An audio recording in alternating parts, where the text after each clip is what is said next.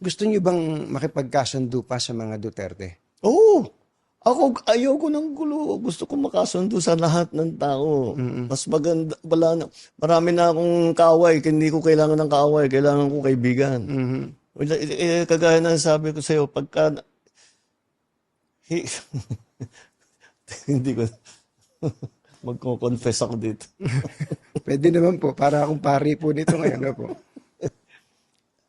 Ewan ko, kahit hanggat maaari, ako, ang habol ko ay yung stability, peaceful, para magawa namin yung trabaho namin.